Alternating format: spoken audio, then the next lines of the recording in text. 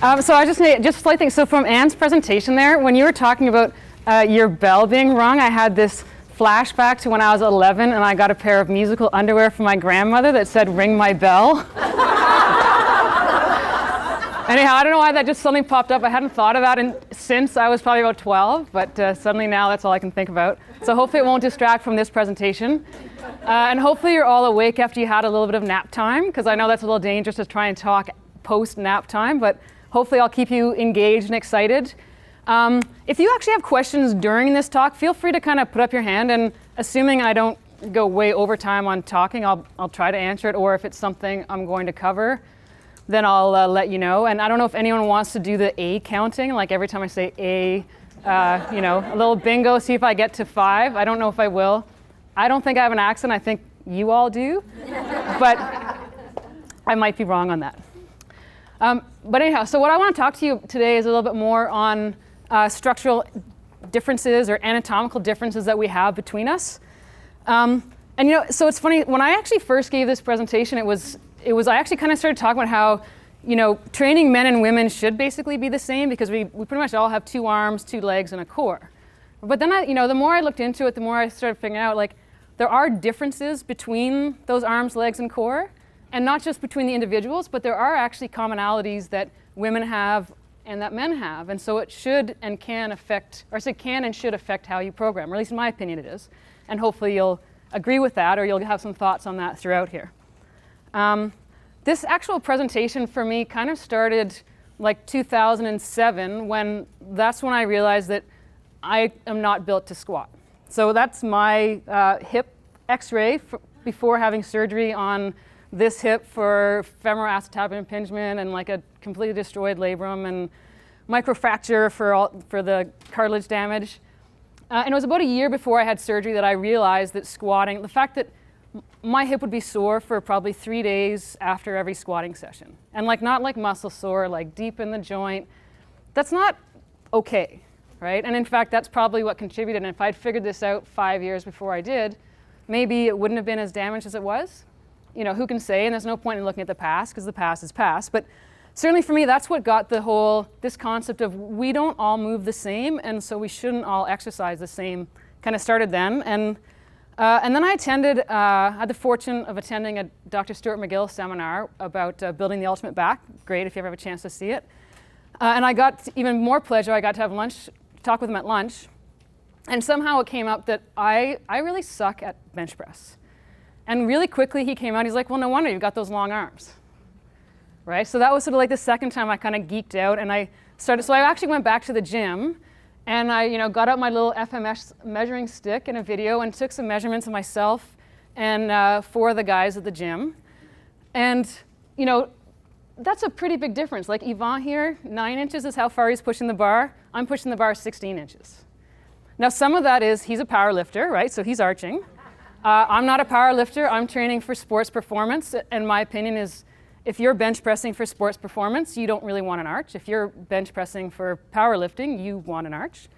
And I'm sure powerlifters will have more to say about that than I do. But all that to say, that's not just the arch, right? That's like he's got little T-Rex arms. I've got, you know, ginormal arms, and I've said that to his face, so it's okay. But it's kind of, and in fact, I did the math on this. For every rep of a bench press, so if he and I are lifting the same weight, for every rep, I do 78% more work than he does. It's a lot. Pardon me? Push-ups are the same way. Yeah, and we're going to talk about that, in fact. Yeah, absolutely. So this whole geek thing, right? So basically, I'm a geek. And when I was a kid, I tried to pretend I wasn't, and I started smoking and stuff like that. But I accepted that I am a geek, and I don't try to hide it anymore. And now I don't smoke, right? So when you realize you're a geek and you accept it, you don't have to smoke anymore.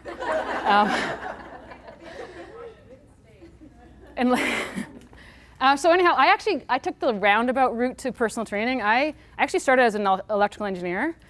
So maybe I was accepting of my geek a little sooner than I realized. And so I worked at Lockheed Martin, electronic warfare division. So I started my career working on these ships, and if you ever want to talk about radar, I'm probably the person, although I don't remember it all.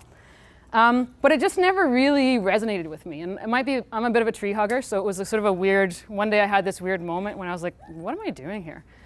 So it was a great experience, but I knew it was time to move on. I did some management consulting for a while, which was okay, but I never loved it. I was never passionate about it. And then there was one day, and I remember exactly the moment, I had so much work to do, and it was all work that if I didn't do it, well, A, I was going to be screwed if the client wasn't going to be happy if I didn't do it, and B, I didn't get paid if I didn't do it. It wasn't like you get paid 40 hours. It was like you get paid for the hours that you work. And then I was sitting there, and I was reading the Strength and Conditioning Essentials. Right? I wasn't getting paid for that. So I'm like looking at this book, and I'm like, okay, no. And that was the moment I decided to become a personal trainer. And for a while, I did both. And then eventually, I thought, you know what? I need to just dive right in and make a go of it. And I have. And so now, this is my office. I've got my own studio in Ottawa. It's been sort of I just moved into this place in April. It's still not 100% the way I want it to be, and we're growing. But I love my work. I love everything about it. It's the perfect about it. Did I about it? I don't know. It's just the right thing for me. But I might have left engineering, but I didn't stop being an engineer, right? And so now I do things like measuring, like how far the bar moves when we do a bench press. And as I'll talk later, relative limb length measurements. I basically turned my own little gym into my lab. I've been doing hip rotation, range of motion tests on my clients lately. I don't really know what I'm going to do with that yet, but I'm gathering data. So this is sort of the background for me. And then because I'm an engineer, I view sort of everything as a challenge, right? I'm a little bit of a, look around, the client comes in and I'm watching everything about their form, and I'm like, okay, how am I going to fix that? Can I fix that? Or can we fix that? Because really, I'm not going to do anything. They're going to do it. And so this was actually a client of mine. She was my first real challenge to this whole notion of, we all have 2 arms, 2 legs, and a core, right? Well, she doesn't. Right? And so not only that, but these variations bring with them their own challenges. So and there was a bit of a funny thing when I put her through the FMS, which is a test I do for all my clients, or I should say I tried to put her through the FMS. So is anyone familiar with above knee prosthetics? So when you bend them, they can't bear any weight. So deep squat, out, inline lunge, out, pretty much like all of the tests. I'm like, okay, so what are we gonna do? But you adapt, right? And she knew, she knows she's different. And I basically said, listen, we're gonna be a little bit trial and error here. And it worked out, and we managed to get a lot of things done. But this was the real first time that I was like, I need to think more than just this is my plan, right? Because we are different. And this is an obvious example of differences, but if we look at athletes, there are other differences as well, right? You take the 2013 marathon champion and the 100-meter champion, both elite athletes. Can you train them to be elite in the other person's field? Can you make Usain Bolt a marathon, like a champion marathoner? No, right? They're different. And that's one of these things, this whole notion that we can all do everything, we're all built to do everything. I think we have to think about that a little bit and wonder, are we really? Dr. McGill, Molly was talking earlier about picking your parents for, I can't remember what now, long lean muscles. I tweeted it, so I should remember it. Dr. McGill is fond of saying, if you want to be a long distance cyclist, you better pick parents who've given you a flexion tolerant back, right? Because if you don't have a back that tolerates flexion well, this is going to be a lifetime of pain for you, right? It's not to say that this is going to be a lifetime of pain for everyone, but for some people it will be. So if you don't have the back that tolerates cycling, you probably shouldn't be a cyclist. And some of that is learning to recognize this, because sometimes we start doing things and we're like, oh, well, they can do it, so I should be able to. If I'm not able to, it's because I'm weak or whatever. It might be that, and it's worth checking that out, but it might be you're built differently. And then further to that, Dr. Shirley Sarman, who's a fantastic physiotherapist, also had the pleasure of going to one of her seminars, which is awesome. She's talked about this with hips, right? She said, assuming everyone's hips move to standard is like assuming every woman is 5'4" because that's the average, right? Of course, it's ridiculous. So really, we're all different. And that's kind of the thing that I want to talk to and how that's going to affect exercise, right? We're all snowflakes. I'm Canadian, I've got to have the snow reference. And if you want more of that, just look around the room, look at people's faces, right? We have different noses, we have different cheeks, we have different chins. So to think that, okay, we're different from here up, but we're the same from here down, that's just ridiculous, right? We're different. So we're going to talk about now, I'm actually going to talk about kind of 6 different areas where this is a factor in more than just these 6 areas, but I'm just going to talk about 6 and hopefully we can get kind of a train of thought going, and you can apply these, but also start thinking about other ones. And by the way, if anyone has other, ideas, I'm kind of a geek, as I said, so if you want to talk later, I honestly don't mind talking shop. I kind of like it. But we're going to go over how these differences can affect these movements and these areas. First thing I'm going to talk about is the just differences I found. So back to that geek thing, I put all my clients through the FMS. And because I'm a geek, I have this Excel spreadsheet that I created that can easily compare and compile all the info. So I have 150 FMS scores in this thing that I can pull out. And findings are very different between men and women. And those of you who, this is probably not going to surprise anyone, right? Trunk stability push-up is one of the 2 weakest tests in 54% of the women versus only 16% of the men. And this is actually, to me, one of the great, it's so unfair. It's an injustice that you have a fit young woman come in who can't do a push-up and you have a fat old man come in who can, right? But that's what we see, and it sucks, but that's life. So we can accept it and move on, or we can fight it, but you're not going to get very far fighting it. On the flip side, straight leg raise. Active straight leg raise, worst test, or one of the worst 2 tests for 55% of the men that I've seen versus 28% of women. Now that difference is closer, but I actually take that a step further, and when people have a hard time with the straight leg raise, I do a passive straight leg raise test for them, which is basically lift the leg, get them to relax and lift the leg up for them.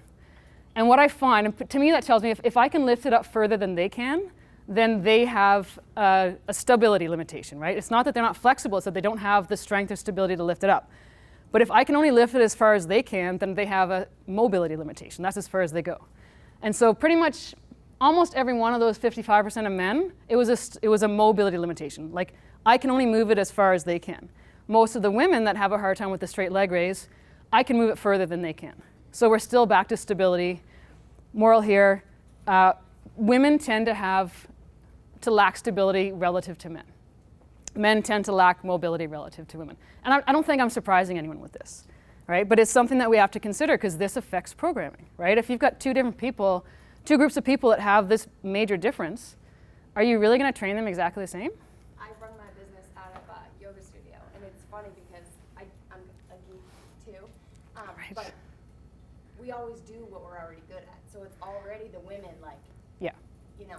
So. Yeah, it's funny. Yeah, you say we always do what we're good at, and people sometimes point to yoga as a means of saying, stretching is going to get you more flexible. Is it, or is it that people that are more flexible are drawn to yoga, right? And I'm not saying I know the answer to that, but it's something to think about.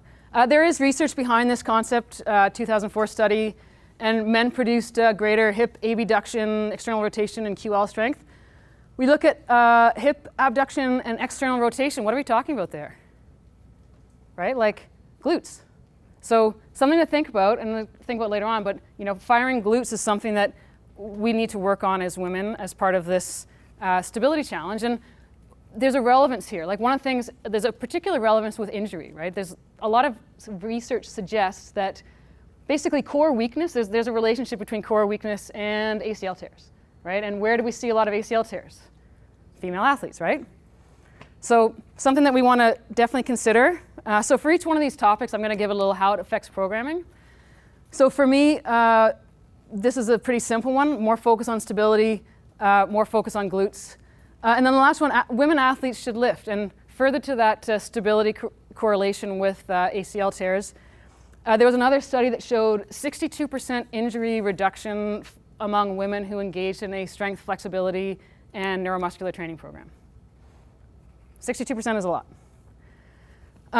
So back on that trunk stability push-up, I was saying that it is so grossly unfair that men can do it, women can't.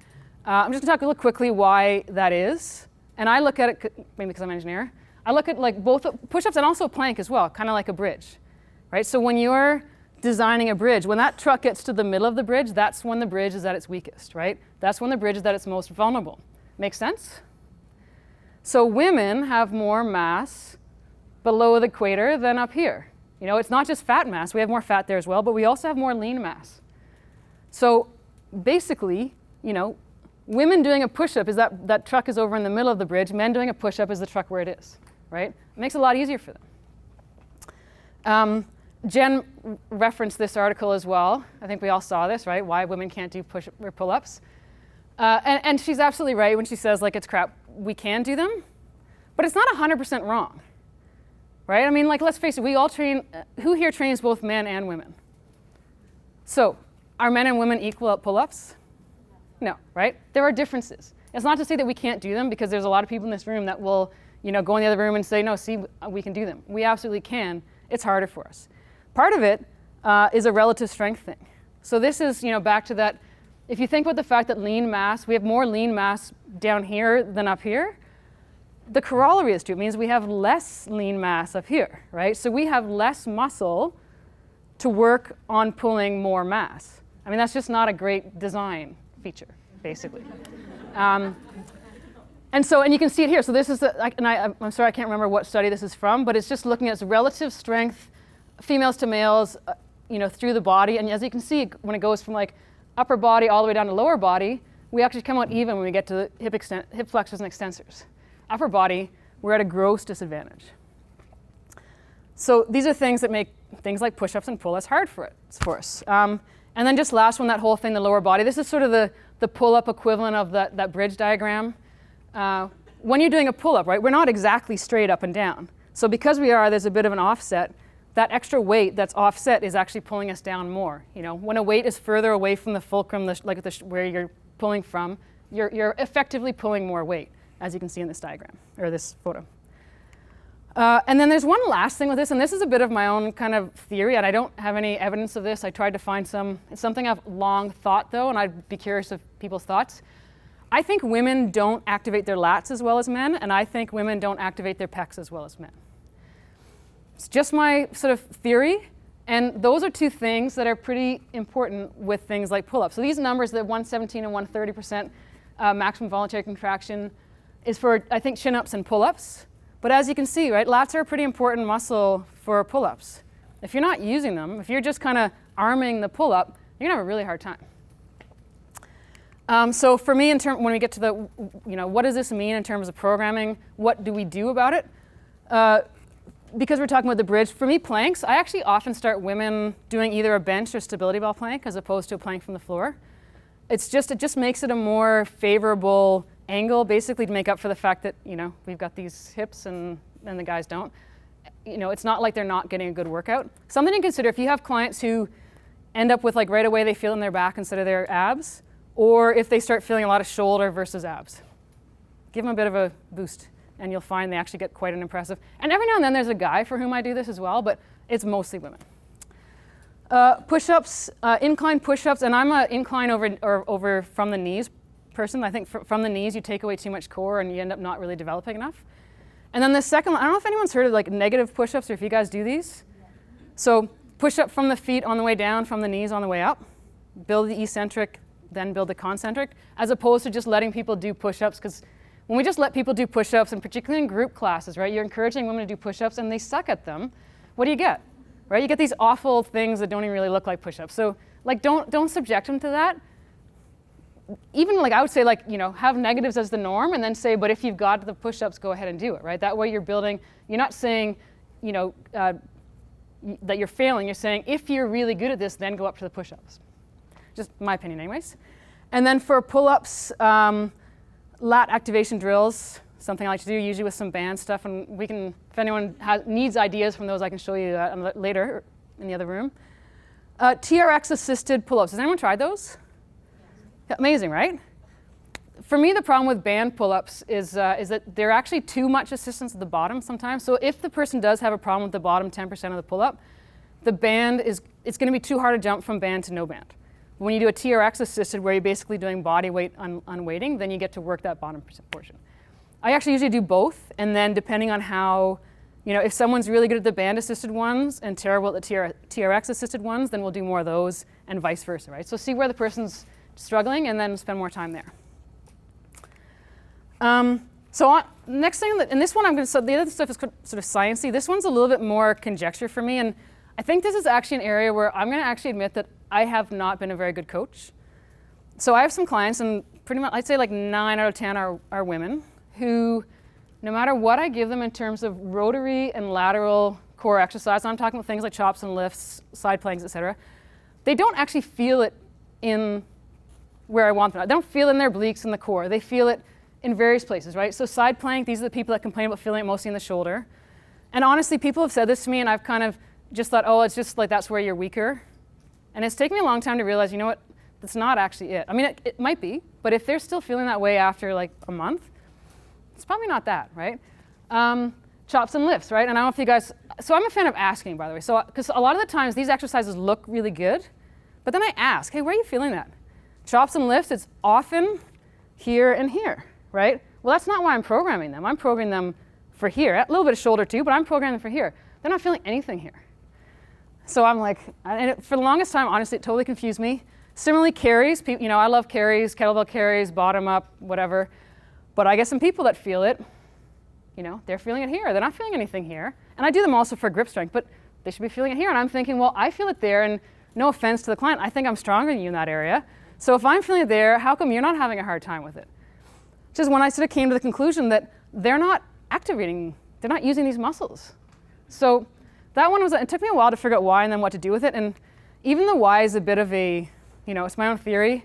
The why it's interesting, or why it's important, so back on that stability, core stability versus injury, lateral displacement is a very strong predictor of ligament injury, right? So not only is core stability important, but lateral core stability is super important for injury management. So make sure that your female clients really are actually feeling it here, because I'm guessing that I'm not the only one who's, some of our clients are not feeling that. Has anyone noticed that, or is it? And honestly, for me, like I said, I feel like a bad coach, because all these people I thought were doing it right, and then I found out later when I finally started asking again, oh no, I've never felt it there. Okay, but it's my bad for not asking, right? So I have a bit of a theory about that, and I'm sort of curious people's thought. And actually, now that we've talked about like pelvic floor dysfunction, I'd actually be really interested in hearing your thoughts on this, because I do wonder, that's not an area of expertise for me, but I wonder if that is involved. But part of me I think back to, anyone here TPI certified? So it's the Titleist Performance Institute, their golf fitness. Dr. Greg Rose talks about development windows. So these are as part of this long-term athletic development concept, and there's a speed window. So these windows are times when you're a kid and basically your body is primed for learning. So his theory with golf, and I think he might be right, is that kids that didn't play some kind of rotary sport people that didn't play a rotary sport when they were a kid have a really hard time picking up golf as adults. Right? And anyone who golfs, you've seen them, right? They're the people that stand like this and they swing like this, right? Or if you're playing baseball, right? People playing in the corporate league, they walk up with the bat like this, and then they swing the bat like this, right? There's no core, right? And so I suddenly started to think, well, what if there's a relevance to the gym?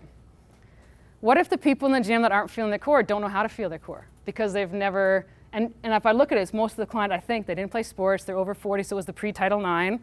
You know, when I used to play, you know, softball or whatever, I was the only girl on the team, that kind of thing. So just something to think about. If anyone has other theories, I'd be interested. That's my theory. I might be wrong, I might be right. But sorry, back to what that was. These are development stages for throwing. And as you see, you develop certain things. And at a certain point, just throwing with your arm is perfectly appropriate development for an age. But at a certain point, you should be developing past that and using your whole body to throw. So in terms of what I do about this, I've actually started putting hands on the obliques.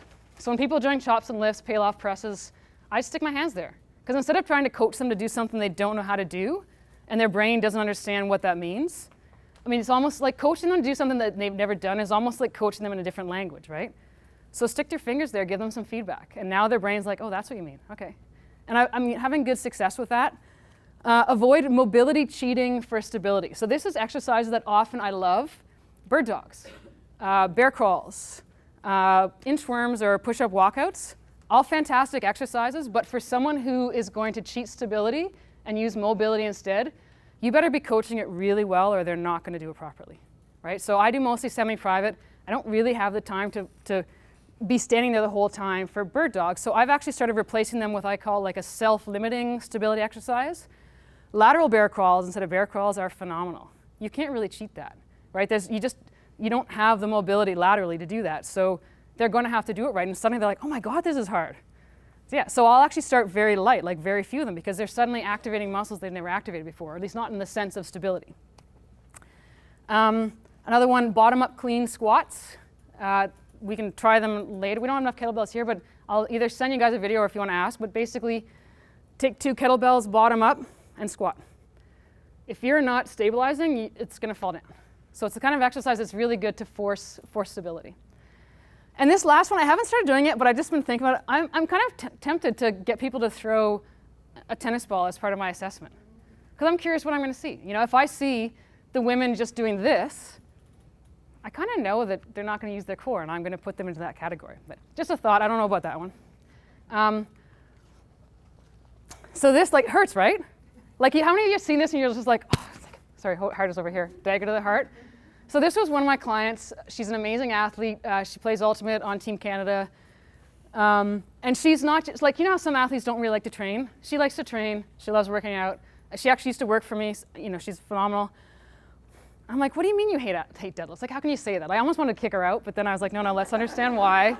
And she said it's because she only feels it in her hands. Right? So why is she doing this whole exercise just for her hands? You know, the average woman in the US is 5'4", the average man is 5'9". So should these 2 hands be lifting with the same bar? Right? For one of them, it's going to feel like doing fat grip deadlifts. Nothing wrong with fat grip deadlifts, but I don't know anyone who would do that exclusively. Right? So why are women lifting with the same bar? I bought a Bella bar, 25 millimeter diameter instead of 28.5. Amazing, right? All was well in the world again. Everybody was happy. I was happy. I didn't have to fire her. So for me, you know, basically this is a very simple one. Buy a Bella bar or another women's weightlifting bar. There are actually some men that have small hands. Some of them are man enough to admit it, and I'll have them use it as well. But honestly, like it just makes such a world of difference. And I also allow straps. You know, some people think that's like, shh, don't talk about straps, don't do it. You know what, when I'm having someone deadlift, I think there's worth to doing grip training exercises, but I'm not having someone deadlift to work their hands. I'm having someone deadlift to work the entire rest of their body. If their hands are limiting them doing that, I'm going to give them some help with it. So that's my opinion on that. And speaking of deadlifts, now we're going to get to the real meat. This is my favorite part. Should everyone lift from the floor? Right? So this is a question that, because we all know, right? Like sometimes like a really nice deadlift, when you get down to that bottom inch or two, it just gets a little ugly, right? And that's where it's a little dangerous too, right? And that's, I think, where people generally hurt their backs, is that bottom inch or two. So if you're actually looking at that picture of the Bella bar again, you'll see that the bar is raised up on a bumper plate. And I just one day got to thinking, I'm like, of the 3 big lifts, the deadlift is the only one for which the range of motion is determined by a manufacturing decision as opposed to by your own body, right? You bench press based on how long your arms are relative to your chest size. You squat based on how tall you stand relative to, you know, how good your range of motion is. And you deadlift from 225 millimeters or 8.5 inches off the floor. Really? Like, who says? So I actually decided to find out, because it was killing me. I went for Google. I spent weeks on this. It's kind of ridiculous, but in the process, I got to see some really great information about the history of strength training and weightlifting and all that, which was awesome. And I managed to have a chat with Dr. Ed Thomas, who's, if anyone's heard of him, he's an amazing history of weightlifting and strength training, all that kind of guy. And he's the one who suggested that he didn't know the answer. I called the York Barbell Museum. They didn't know. And I ended up finding this woman named Dr. Jan Todd, who is the co-founder of the Stark Center for Physical Culture, had this great answer. And I was like, it makes so much sense. So this is her email. But basically, yeah, why they're so large is not recorded as far as she knows, but logic suggests it was because it was leaving enough room so if an Olympic lifter fell, the bar wouldn't crush their head. Makes sense, right? So, and I think that's a great answer, but suddenly it's like, really? That's what's determining how low we should deadlift, right? So from that moment on, because for a while, we started adding lifts to raise the barbell off the floor in deadlifts, but my goal was always to get people back to the floor. That's not my goal anymore. So I still do, we still work on mobility and stability because sometimes people are limited and we can get more out of them. But I use sort of a 1 month value as after a month, I'm going to see how far back down, how far close to the floor I can get them again.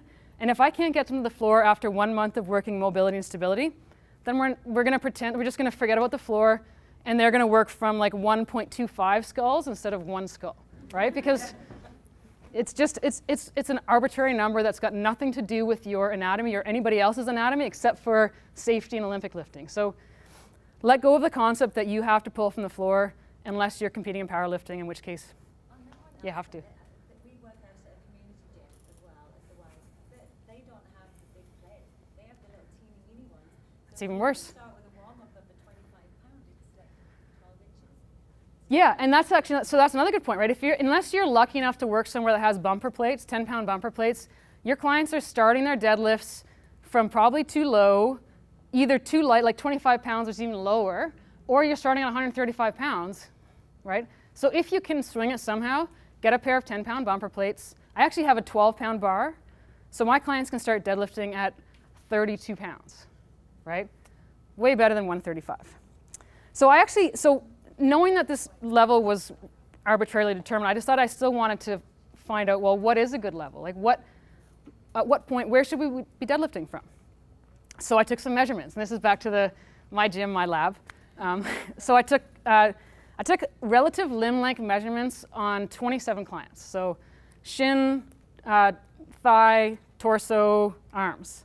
And then I drew it, because I thought, you know what? Let's see, is this a mobility, stability thing, or is this actually an anatomy thing? So I'm like, because one thing, I'm a fan of a high hip deadlift. And I might be wrong in this, but I've always kind of thought like low hip, like if you're going to do a low hip deadlift, like just squat, right? So I want a high hip deadlift. But some of my clients, I try to coach that, and it just never happens. I'm like, no matter what I do to get up, it's just like, you know, round hole, square peg, that kind of thing. So like I said, I tried to draw it, and in some cases, this is the neat thing. So I just had, this is Adobe Illustrator diagrams or drawings. I took these, you know, line segments, and for some of my clients, I couldn't draw a high hip deadlift. So if I can't draw it, when you take away all, you know, it's just stick figures, right? Stick figures have no mobility or stability limitations. If I can't draw it, my clients can't do it. So that was kind of an aha moment for me. And even, by the way, with this, even adding the risers in some cases, it made the deadlift better. What the risers do is actually reduce the hip range of motion that they need, the hip flexion angle. It doesn't necessarily improve or change the position. There are some people that just literally, like their hips don't go that way. So I don't make them go that way. So now I'm now accepting of the low hip deadlift. I still don't really love it, but I'm accepting of it. I also did some math on this, and basically looked at relative, you know, the shin to height, thigh to height, torso to height, arm to height. And as you can see, so there's like min, max, and average. It's kind of a big difference, right? Like the relative length of people's thighs and torso in particular, it's a pretty big difference, right? Like we really aren't all the same. And when we're talking about like putting heavy weight on our back, or in particular like pulling heavy weight off the floor, we need to keep this in mind. So the other thing I looked into is, so with these things I had my own observations about each of my clients, and I kind of put them into my table before looking at their values, because I didn't want to manage, I didn't want to, you know, influence my results. And basically what I found is, yeah, like the clients that had longer legs were better deadlifters. And I don't know if, you know, that's sort of a, you know, more known concept, or if other people agree or disagree with that, but that's been my findings. And then, you know, looking into it, and it turns out men actually have longer legs than women.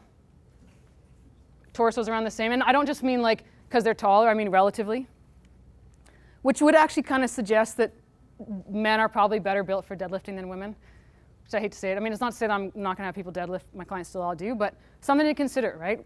We maybe not aren't built as well for deadlifting as men are. And my own observations in terms of, because basically I lift people off the floor, as I said, like, you know, 1, 2, 3, 4-inch risers, depending on, you know, basically as far as I have to go to get a really nice looking deadlift. And using that approach, only 20% of my female clients and 40% of my male clients pull from the floor, right? So that's a lot more men pulling from the floor than women. You know, and you all might have different experiences, but this has just been mine. So what this does in terms of effect on programming, basically I still think everyone should deadlift. Like, it's such an amazing exercise. I think everyone should do it, but you might need to raise the bar. You might not be capable of a deadlift from the floor, and that's okay because from the floor is meaningless. I still think we should try and improve stability and mobility because there might be limitations. It might be a form thing. Like just because they can't do it now doesn't mean they won't ever. And I'm not saying let's give up on trying. Like, no, still try. But you're going to try to a certain point. And at a certain point, I could try to walk through that wall, but at a certain point I'm going to accept that that's a wall, not a door, and I'm going to go to the door, right? Same thing with deadlifts and pulling from the floor. And so if we're going to talk about deadlifts, we've got to talk about squats. And so with squats, we're going to talk a little more about the actual pelvis. And Jen, I think, gave me a nice little introduction to this earlier when she was talking about how with the Jefferson deadlift in particular, which kind of looks a little squatty, that like, some people tend to do better with the feet externally rotated. So we're going to talk about 3 different aspects of the hips and pelvis as they relate to squats. One being the acetabular orientation. So there's sort of two parts of it. Acetabulum is the sort of the socket that the femur is in. And there's there's the open angle, which basically means, is the acetabulum facing forward to outward? And then slope angle, is it facing forward to down? And generally speaking, on women, it's facing more outward in terms of the open angle and more up in terms of, so this is a pretty good squat position, right? So men's acetabular orientation is more like this. We're more like this. Like we're actually, I would say from a acetabular orientation perspective, we're actually better suited to squatting than men. The other one to look at, femoral orientation. I've got to say this one, even though I'm an engineer, there's some things like I failed drafting. It's the only class I ever failed in university. There's some kind of perspectives that kind of screw me up, and femoral anteversion, version, always I have to like reread it and reread it. But bottom line on this, women tend towards more anteversion than version. And what the implication of that, and actually 𝐟𝐞𝐬𝐿 had a nice article about that, the implication on squatting and how people who are more anteverted tend towards more internal rotation.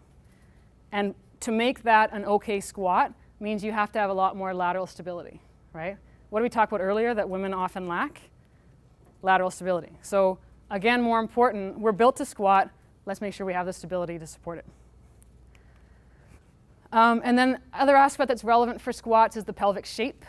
So there's like 4 different pelvic shapes, or 4 basic different ones. 55% of women have one of the 2 variations that are considered a female type. 45% have the more male type. The female type, and actually Dean Somerset had a great article about this recently on T-Nation, basically saying the former 2, that is the female types, tend to provide a greater ability to produce hip flexibility for squatting, but they're poorer in terms of producing power and control. So again, what we're saying is that from the perspective of pelvic shape, if you're in that 55%, which most women are, or well, 55% of them actually, you're going to have a really good time in terms of range of motion. You're going to have a stability problem. I know, stating the obvious 101 right here. One last thing I'm going to talk about with squatting, because I think I would be remiss if I didn't talk about FAI, partly my own experience with it, but there's sort of is anyone familiar with it, or are they? Or sorry, I should say, who has heard of FAI? Okay, so everyone else, I'm glad I'm bringing this up because this is actually, it's kind of the new thing and you're going to hear about more and more. Femoral acetabular impingement. Basically, it's either the head of the femur or the shape of the acetabulum is a little bit abnormal, or it might be both. So what it can often mean is that like the femoral head might be too big, so you can actually end up with a bone-on-bone contact while doing things like pivoting, squatting, that sort of thing. I mean, the general consensus is squatting with FAI is a bad idea because for the most part, people will end up in a bone-on-bone situation. So bones aren't very flexible, right? So you're not going to get much mobility out of bones. Is that applied to above parallel squatting, or is that just squatting in general? Squatting in general, okay. But there is that, and we'll talk about this sort of size, and that might be an answer. Is there a way to know other than X-ray? There are some tests actually, and in fact, interesting. There's actually a study done actually by the surgeon who operated on my hip, to see if squatting could be an assessment tool for FAI. And in fact, they found that it was pretty much people who had FAI could not squat as deep as people who didn't. So, for what it's worth, there's a flexion, adduction, internal rotation test. People that have FAI, that typically will be painful. If you actually look up FAI, there's a lot on the internet about it. It's actually more common among men, right? So with people with asymptomatic hips, so if you've got clients who have never complained about hip pain, 16% or 14% of men and only 6% of women who have asymptomatic hips have FAI. So for that, we get a bit of a pass for the most part, except if you've got clients who've ever complained that their hips are kind of painful, this is very relevant, right? 87% of people that presented to primary health care with painful hips had FAI, right? That's a lot. So men or women, if your clients are saying that their hips hurt when they do things, be careful, because that's where it might be, you know, FAI might be something to think about, and maybe squatting isn't for them. Just a little summary, because I know that's a lot on the orientation. So basically, acetabular orientation for women, good for ROM. Femoral orientation, good for ROM, not so good for, need extra stability. Pelvic shape, good for ROM, not great for power. And then FAI, we're less likely to have it, and don't do it if you have it. What this really means, I think, sum up, right? Like, we should be squatting, but we probably need extra stability work. And just on a side, so on the pelvic shape, it's 55-45 for women, right? 55% of women have the wider pelvis, 45% has the narrow one. So if you actually think about it, if you're one of the lucky people that has that narrower pelvis, but you have the acetabular orientation and the femoral orientation, like most women do, then you're actually going to be built to squat really well, right? Because you're going to have the range and you're going to have the power. So there are some women who are, like, they should be squatting amazingly. And so definitely, like, we should squat, but let's watch the stability and let's, well, actually, I'll go on. So how does it affect programming? Do it for the most part, but really, like, accessory work, right? Work on the stability. Like, they've got to be stable, not just in the core, but also watch for that, you know, make sure that they're not getting into internal rotation, because bad things happen when you do that. The other one, try different stances. And this is where, so back to sort of Jen's point, and we'll hopefully try this in a minute. Not everyone, because we don't all have the same orientation, right? So if you think about the way your acetabulum is shaped, somewhere in around here, depending where you are, you know, that's not a very tall box. I'm actually going to go right up here. So depending where you are, like, your perfect squat stance could be anywhere from, like, here to here, right? So don't assume that just because, you know, like, someone might have told you, okay, you should squat from hip width. Maybe, maybe not, right? Most of us, our hips are different. So keep that in mind. And one of the things I have is, like, if you're not sure where someone should squat, try different stances, right? Try hip width, try narrower, try wider, try feet forward, feet out more. Try it all. And then the most important one, well, I mean, that's pretty important, but the most important one, ask about pinching and pain, right? Because for one thing, some of your clients will tell you, some of your clients won't. Particularly athletes, like, let's face it, right? We all know athletes are like, oh no, it's okay, it's just how my body is, I'm fine, I can tough it out. Well, no. You know what? If they're having pinching pain in their hip when they're doing a squat, that's not something you should tough out. That's something that's causing damage. You need to find out. During the squat or soreness after? It could be either, actually, and that's a good question. That's one of the things I ask people is, you know, particularly if I have any sort of suspicion if there's something going on, is, was it sore during, was it sore after, and where is it sore, right? Like, if it's a hip soreness, like, if it's joint, it's right in the joint. We're not talking about, like, the muscles are sore. So when people say, like, oh no, it was fine, but then 2 days later my thighs and my butt were really sore, I'm like, yeah, suck it up. I don't care. But when they're like, yeah, you know what, like, it's just really achy in here, you know, that night, and I had trouble sleeping that night, you know, that's not a good response to exercise. It's also something we're probably getting outside of our own range. So there is one element of, like, yeah, don't do that. But there's also something said for, you know, that might be a time to refer out and say, you know, go see your physio, go see your athletic therapist, chiro, whoever your manual therapist is of choice. And the other thing we'll look at, so with the stance, is also watch their squat. So there's a tell. A lot of people have a tell. When they've got a painful hip, when they squat, they shift. They shift away from the pain, right? Their brain says, no, don't want to go there. And they get a nice shift. And they might not have a shift up till a certain weight. Like, so myself, and part of it I've taught myself, I can squat relatively straight until I get 40 pounds in my hands. And I'm pretty strong. Like, 40 pounds is not a very heavy squat, right? I can't squat more than 40 pounds without. So there's a point, like you might see that their body weight squat or a very lightweight squat looks okay, but just keep watching. But if you see someone who suddenly starts shifting in their squat, yeah, try and work it, because maybe it's a glute medius weakness, we can work it out. Maybe it's not. So just something to consider. So just take home message from all this. And in a minute, I'm going to actually have everyone break up into groups of 3 and have you guys try and coach basically just a basic squat stance and a basic deadlift stance. And let's actually see how you guys fare and see where you're at in terms of that. But before that, just take home message from this. You know what? Lift. Yeah, like I think that's common. We all know that, right? Lift weights. Extra core stability for women, probably needed. We can, in fact, do pull-ups, but they're harder. If you have the means, get a women's bar. Your female clients will thank you so many times over, or at least you'll be able to thank yourself because they won't complain about deadlifts anymore. From the floor is completely arbitrary. There's no need. That shouldn't be a goal. If you can do it, great, but honestly, don't sweat it. It's not based on anything. And if your body resists, there might be a reason. So whether it's these 6 exercises or whether it's other exercises, like we were talking earlier about, was it the kettlebell? Was it the swing? No, it wasn't the swing. It was, I can't remember what it was. There's some, anyway, there are other exercises like kettlebell swings. Sometimes like when we have big breasts, might have a hard time with swings, right? There's other options, maybe a towel, one arm. There's a lot of different exercise situations where your body is basically, objecting strongly. There might be a reason. And that's it. Any questions? Anyone you want to share? I'll take a few questions, and then I will, like I said, I will actually have them. We're going to sort of break into groups of 3, and with every group of 3, I want you to have like, either an iPad or like a notebook that's sort of letter size, and somebody's, purse or backpack, and then that's it. And we'll do some squat and deadlift attempts. Question about the squats.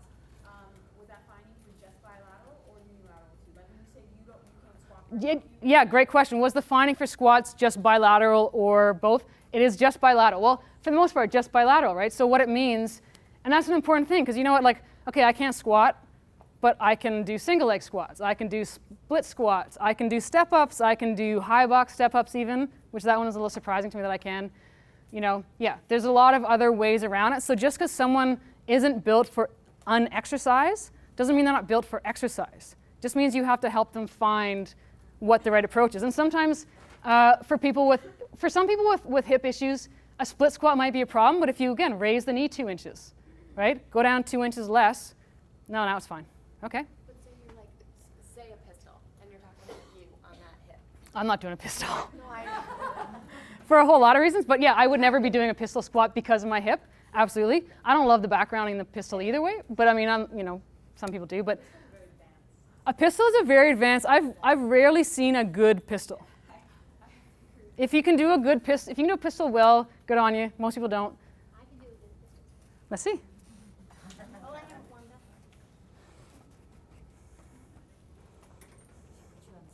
I know. Wait a minute. No. Do you want? Oh, I put you on the stop. You're gonna show me after we've done a few more moves.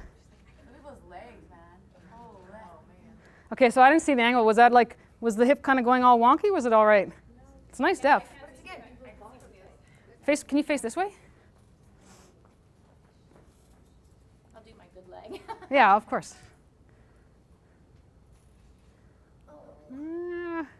It's not bad. Let me do my bad leg.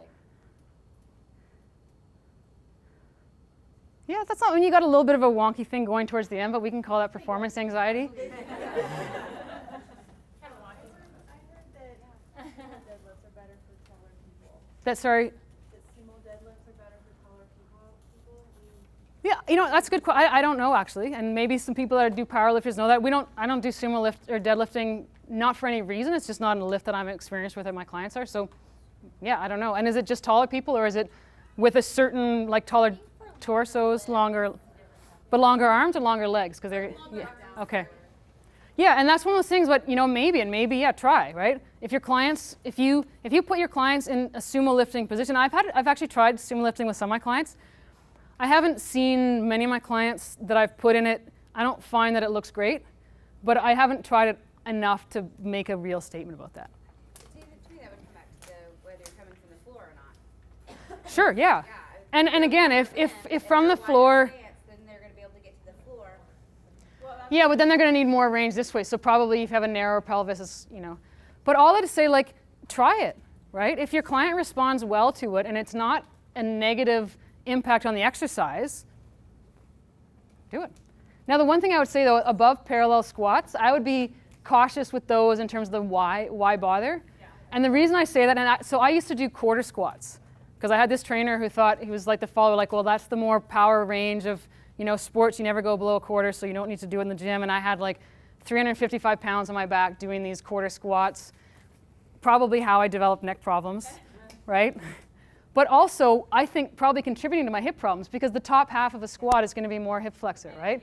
And the bottom half is going to be more down here. So why am I doing a squat where I'm working the part where I'm already overly sort of tight and not working the part where I need extra stability? That just doesn't make sense to me. So, yeah. Have you ever compared doing deadlifts off of higher up compared to starting in an actual already upright position? We actually do, like, so we do rack pulls sometimes. We'll do Romanian deadlifts as well. Yeah, I mean, they're all valid, right? Like, I guess the thing is if you're going to start, if you can't get into position at the bottom of a deadlift, then is it really going to look better when you're trying to get there with weight in your hands? Right? To me, that's just a little risk that I'm not really keen on taking. So I sort of feel like you have to be able to set up from the bottom before I'm going to let you get there with a bar. But definitely rack pulls, you know, I mean, I have clients that, like, they just, you know, some of my clients are never going to pull from the floor. They're never going to pull close to the floor. They're getting stronger. They're moving better. You know, their experiences with daily life is better. Their sports performance is better. So, seems all right. Yeah, it's funny because pull from the floor is kind of like we're trying to work towards that, but it's great that you. Yeah, it's meaningless. It's completely meaningless. Why is that supposed to be a performance goal if it was never determined by some sort of, I don't know. Bar can, you know, roll over my head safely equals I should pull to that. Like, come on. Like squatting below parallel is different, right? Yeah, because squatting below parallel is a performance. It's a maximum range of a pelvis. Now, your pelvis might not agree with that, but it's maximum pelvic range. But the floor is like 8.5 inches, you know? Here we go. But then people are like, You know, that's how high you should do it. Like, come on. Actually, I'll take one more question, then we'll actually try this a little bit. I just had one question about the women's bar versus the standard bar. If you have someone who wants to progress into performance lifting, that sort of thing, do you start them with the women's bar and then progress them on, or do you just keep them at a lower weight with the standard? You know, and I don't know. My understanding is actually for Olympic, if it's Olympic weightlifting performance, women actually use a different bar. So use the women's bar for the women. For powerlifting, unfortunately, I don't know the answer to that. Actually, I don't know what I would do. I think it might depend. I think I might do some training with the women's bar, some with the men's. You know, because I mean, really, like, training with the men's bar is kind of like fat grip training for someone with small hands, right? So are you really developing their deadlift fully if you're only training them with a fat bar? Even though they have to use the fat bar in competition, I almost would think you're still better off doing at least some of your training with a narrower bar so they can get the full body tension. But I don't know. I actually don't train any powerlifters. It's not an expertise of mine. So I'd almost say, like, you know, talk to one of the people that have mentioned that they do powerlifting, and they might have insight into that. But that's just my thought. Just kind of long. Sure. Do you ever do like the alternate grip? You know what? I don't, actually. And I think I'm the only person on the planet that doesn't. And no one in my gym does alternate grip, actually. No. It's just a little. And now part of that, so my clients are mostly over 30. They have desk jobs, right? They got, like, there's stuff going on already. I don't really want to contribute to that. And I just feel like there's a risk of, you know, like, you know, a bicep tendon tear or something like that. And you're adding some asymmetry. You know, it's one of those things that, like, I don't feel super strongly about it because I think I might be wrong, but I don't feel like I'm limiting my clients by making them do, you know, double overhand groups. So, and then we bring in straps if they need it. I often do open grip though for the right kinds of reflection, just even with the light, Yeah. just because it just encourages them to open up a bit. Yeah, I've never tried that. I've never thought of it, and I'll give it a try because it's an interesting thought. What was the comment? Oh, that she'll often do like a double underhand. Open grip, just the kinds of often is flexion, you know, and it just encourages the glutes out. Yeah, so it's, you know, I'll probably give that a try and see how it feels. It's never occurred to me to try that, but it's a good idea. Okay, so what I'm going to ask everyone to do, and we're going to try, I think we want to be finished in about 15 minutes because it's been a long day. Awesome day, I think, but long day. But I would really like you guys to try. Basically what I want us to try, I'm going to get you in groups of 3, some over here, some kind of in this middle aisle, side aisle here in the back. And here's what I want you to think about. So in a group of 3, I want one of you to be coaching. I want one of you to be like the client who's going to try the movement, and the other one can just kind of watch. And then you're going to rotate. And I want to see 2 things. So the one thing I want you to see is taking your, whether it's an iPad or piece of paper. I'm just going to stand up here for a sec. And I want you to, so if you're the coach, you're going to say to the person, like, okay, now what do I want to do? Shoulders back, get the lats engaged, keep the back straight. However you want to coach the deadlift, bend at the hips, and then I want you getting down, and then get down to the floor, right? Because basically this is the height of a deadlift, right? So we're going to get down into this position, and then I want you to try and coach it. Like, what is that, so the person who's playing the coach, what do they look like in that situation, right? How does their body look? Is it a nice position? Would you want the hips up a little higher? Are they rounding the back? Are their spinal erectors on fire even though they're only holding a piece of paper? Things like that. And see, is it good? And then, get them to go like, an inch or 2 off the floor, and now see if you can reposition, right? And what you might find is that suddenly something that was ugly becomes really nice. So that's what, and I want you to all try that. And then and I'll sort of walk around, and maybe we'll get some like Jen, some of the other people around to Joy to walk around and look as well. The second thing then what you're going to do, and the reason I want you to have the backpack, is I'm going to have you each try squatting. I want you to have to squat with a backpack because a little counterbalance tends to make a better form, right? Some people have a harder time with just body weight. So you're going to hold a backpack like it's a, just in front, like a kettlebell. And I want you to squat and take a look at it. So one of you is going to coach it, one of you is going to do it, the other one's just going to watch, and then you're going to alternate and see like what's happening. Like, are the knees caving in? Are they getting good depth? Do they have a shift? Are they getting a butt wink? Can you coach out the butt wink? How far are they going? That sort of thing. And then just take a look, and you're going to get a sense for, what can we do to make these, these lifts work, or can we?